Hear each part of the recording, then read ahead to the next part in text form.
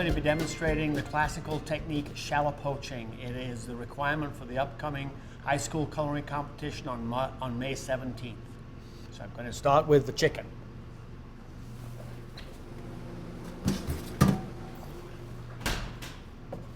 Here's the chicken. I'm going to remove the breast, and the item is going to be the shallow poached breast of chicken. So I'm going to remove going to fabricate the chicken. I'm going to cut down the back right across by the 2 oysters, turn it back over, remove the wing joints through the bone, through the joint right there. 2 of those are off. Bring that a little closer. All right. Then I'm going to remove the legs. Going to cut through the natural seam or the natural separation between the breast and the leg. And I'm going to go over, match it up with my cut that I made earlier, so I'm sure to get that little oyster, pop the joint, and pull the leg off. That removes all the meat with it, takes out the little oyster that's right there in the iron. In fabricating, the goal is to remove as much of the meat as possible because that's what we're selling. 2 legs are off. Turn it back over. It's now on its back. Face it towards me. I'm going to remove a little bit of the skin from the neck. And either side of the keel bone or breastbone, I'm going to make an incision. Those are the 2 breasts. Cut down. Reverse the knife and continue to cut. Knife angled towards the breast so as to, if I miscut, I'm cutting into the bone, not into the breast of chicken. I got 1 chicken breast right there. Same with the other breast. So I'm going to turn it around. Continue. Angle in there, remove the meat, and all right, now I have my 2 chicken breasts, and for this cooking technique, we're actually going to use a boneless, skinless breast. So I'm going to remove the wing joints here and remove the skin from the item. Skin should just pull off nicely. Okay. Going to remove the excess fat because in shallow poaching we really don't want excess fat from the chicken to be in that dish. So now turn that over, make sure that it's looking pretty good. I got a little bit of discoloration and a little bit of cartilage from where the wing joint attaches, so I want to make sure that's off there too. This right here. Okay. Now I have my 2 chicken breasts for poaching.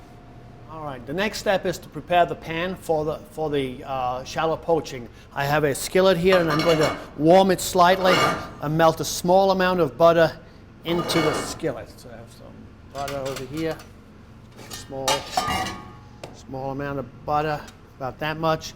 And I'm going to butter the bottom of the pan very, very lightly. You don't want a lot of butter at this stage in the recipe. So that gets buttered like that. Okay, maybe just a little bit more. Okay, yep, that's good. So I'm going to turn the heat back off on that. So that's just a small amount of butter in the pan, and now I'm going to add some chopped shallots to the pan, and I'm also going to go ahead and season the pan. Okay, very finely chopped shallots. Add those to the pan, sprinkle them around lightly. It's to enhance flavor, but it shouldn't be a predominant flavor. So a little salt, and in this case a little white pepper on the bottom of the pan. All right, and I'm going to place the 2 chicken breasts. Place the 2 chicken breasts in the pan, in the center of the pan, being sure that they're not touching. Both chicken breasts in the pan, to which I'm now going to season with a little more salt and pepper. Both sides of the chicken breast are seasoned this way.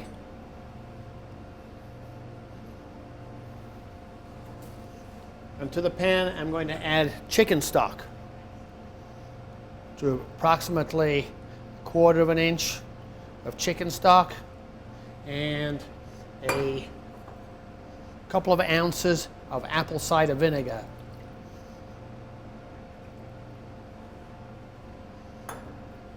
Okay, and now for the poaching process, I'm going to cover the pan with something that we refer to as a cartouche, which is really a buttered paper that acts as a lid on top of the chicken that prevents it from drying out when the chicken is cooking. So to make the cover for it, I've taken a sheet of parchment paper and I'm folding it to form a cone like this. I'm now going to measure from the diameter of the pan.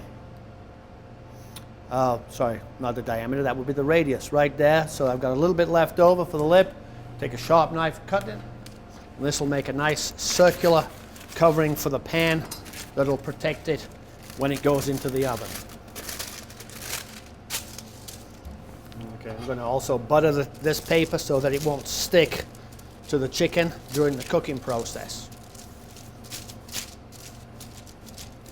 Shallot poaching is an interesting cooking technique because it really is a two-step process. We start with the chicken on the stovetop, and when it's come to a boil, we're going to go ahead and place it in the oven. So the butter paper goes on the top like that. Now I'm going to turn on the stove and bring the pan to a boil, also see when I see the liquid starting to bubble. I don't want it to boil rapidly because that's too hot. Shallot poaching should take place at about 180 degrees. This will very quickly come to a boil. While that's starting to boil, I'm going to turn on the pan, in which I'm going to also do some large pot blanching for the vegetables I'm going to serve with this dish today. So chicken's in there, we can start to see the bubbling up. I look through the paper to see when it's bubbling up. The oven behind me is set on 300 degrees. I'll be putting the chicken in the oven for approximately 10 to 15 minutes. So the cooking on the stovetop gets the process going, and then finishing it in the oven surrounds it with a more moderate temperature of heat, which allows the chicken breast to cook at about 180 degrees. All right, that's just about there. I'm going to turn that one off.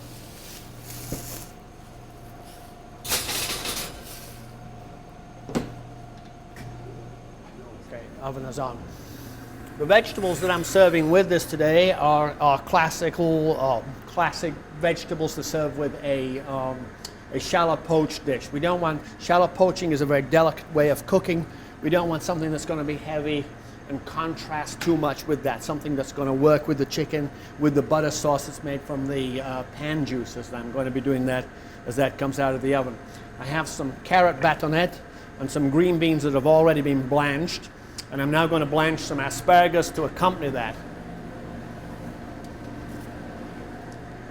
Some really nice asparagus here. It's pencil asparagus, but I went ahead and peeled it a little bit. I like the color that I get when I peel the vegetables like that.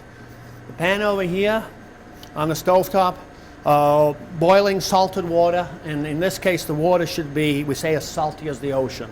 That, a lot of people say, well, why so salty? It's because when we plunge it into the ice bath to stop the cooking process, we wash most of the salt off, but the vegetable comes out seasoned. It also fixes the color, and we get a nice bright color to the vegetables that we're going to serve. So, all right, I have the pan of water is now boiling, and I want it to boil rapidly.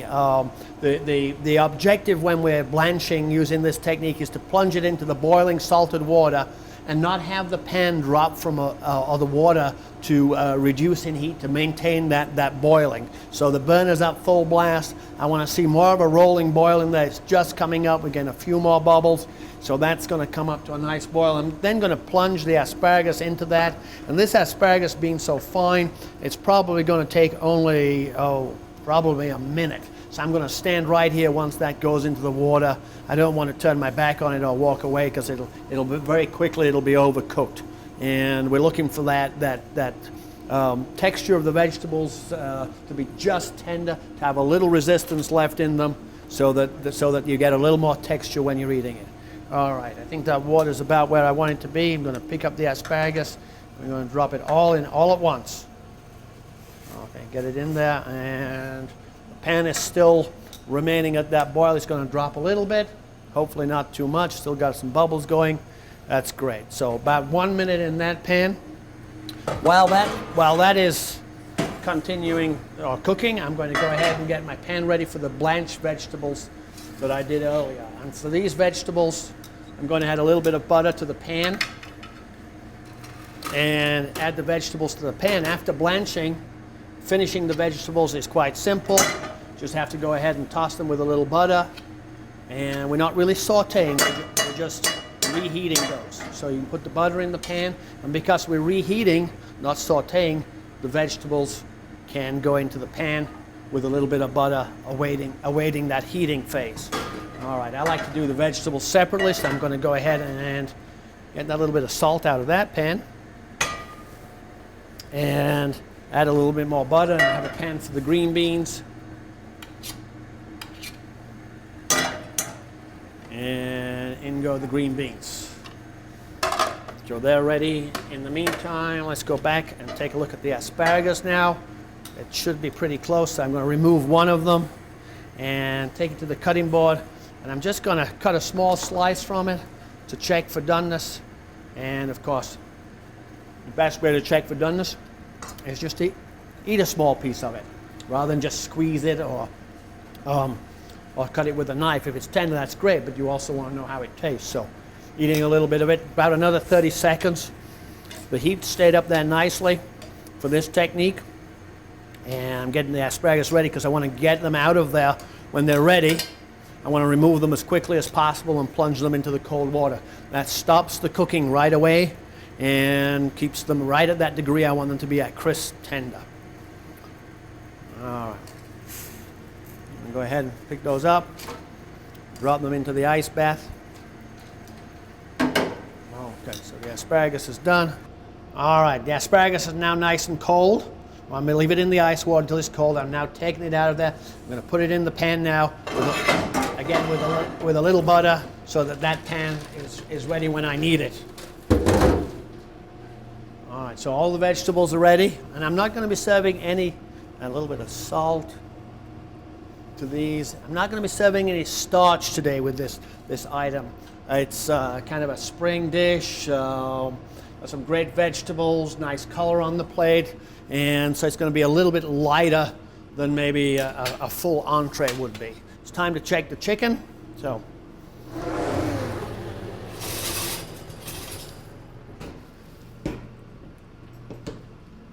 now I have the chicken.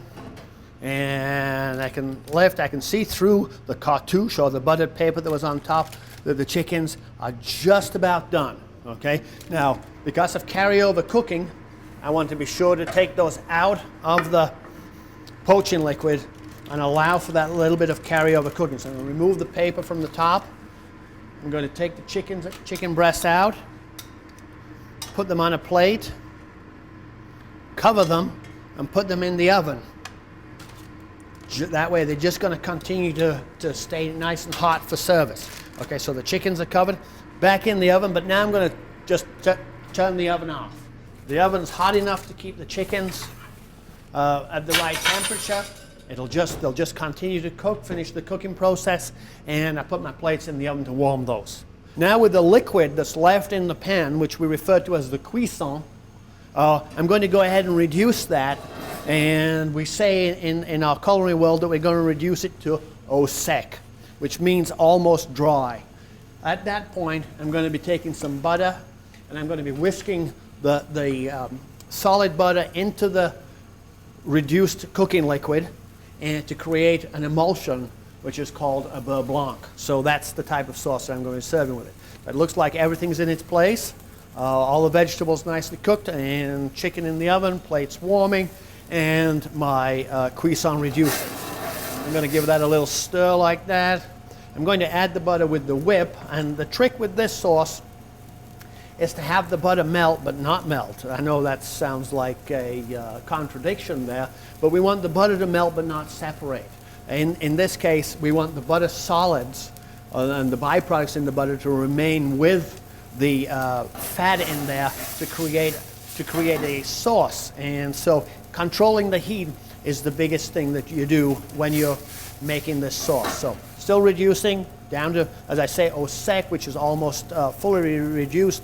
a little bit left, and then chunks of butter will be added in, and I'll be whisking the butter in that to create the sauce. It's a great sauce. It's something that is a very popular sauce, and it really works very well with the poached breast of chicken.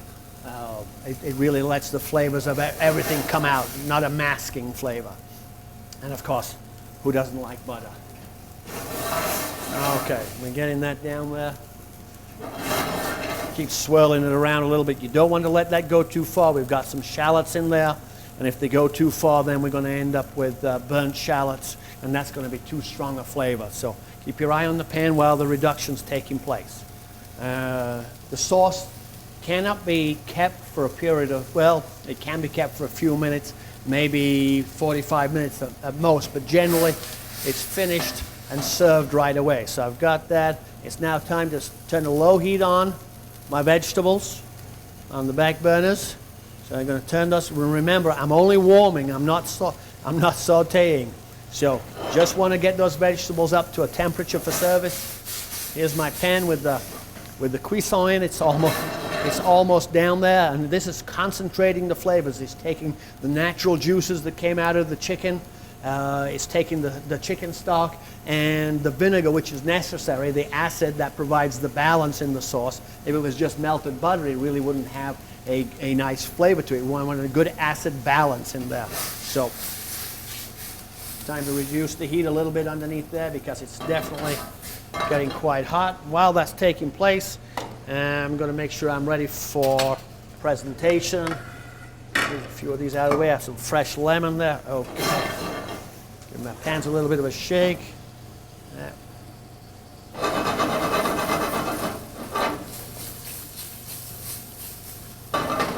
Okay. All right. Just a little bit more on the reduction. And then we'll be ready to start adding the butter. And the butter is added in chunks, not one big piece, little pieces. And as I say, if the pan's too hot and you see the butter melting too fast, add more butter. If it's not melting fast enough, then you might need to turn it back on the heat a little bit. I'm going to start with this pan because it's a thick bottom pan. I'm going to start with it off the heat. I'm going to get my whip. I'm going to get chunks of butter. And this butter is at room temperature, so it's a softened butter. And I'm going to start to add that into the cuisson. Okay? And at first it's going to melt quite rapidly, so I'm going to be stirring a lot. Stirring is helping get rid of some of that. You can see on the sides of the pan it's pretty hot, but as I stir and whisk quickly, I'm going to be able to get the butter to melt. And you can see the butter melting, so keep your eye on the butter and keep whisking. It's one way you can't really stop the whisking process, although I'll just turn my green beans off because they looked like they were getting close. Okay, so another piece of butter in there. Okay, this is doing nicely. See, the butter's melting nice and slow, which is what I want. I don't want that to happen too fast. A little bit more butter in there. Okay, and that's probably enough butter for this dish. The other thing that we do in the industry is we actually use the pan and we swirl the pan like this to get it to melt, because quite often you might only have one hand to do it. So you can see the butter's nicely melting, and the sauce has got some viscosity to it, some thickness. If the pan's too hot, you're going to end up with a sauce that doesn't have that. And then it would break, well, the term is break on you. In other words, the items would separate out. You'd have the separation of the fat from the other items in there. Now I'm going to warm up my vegetables a little bit more. Turn those back on, turn that one off. Those are nice and hot. Turn those down. Come back over here.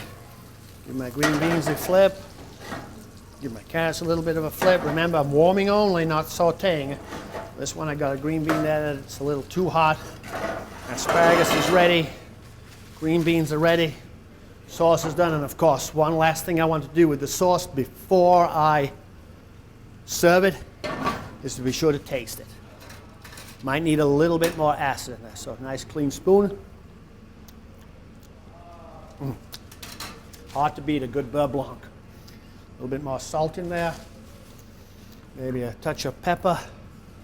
And a squeeze of lemon. Watch out, no pits, whatever we want to call those. call them pips in England, so panhandle's reduced.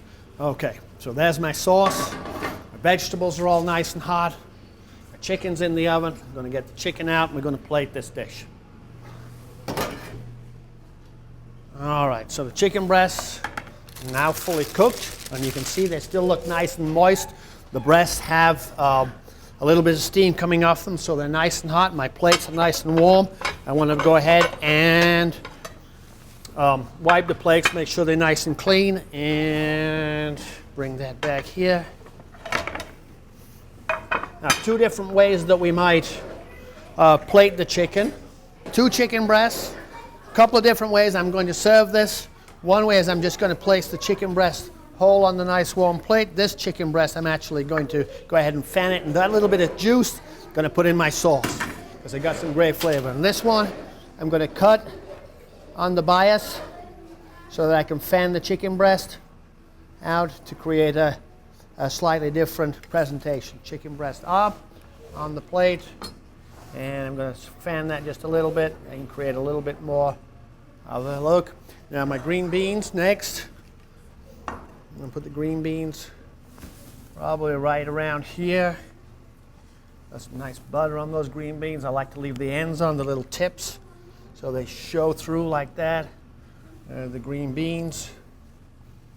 And okay, we'll start with those. Then the carrot batonette. Okay, let's see.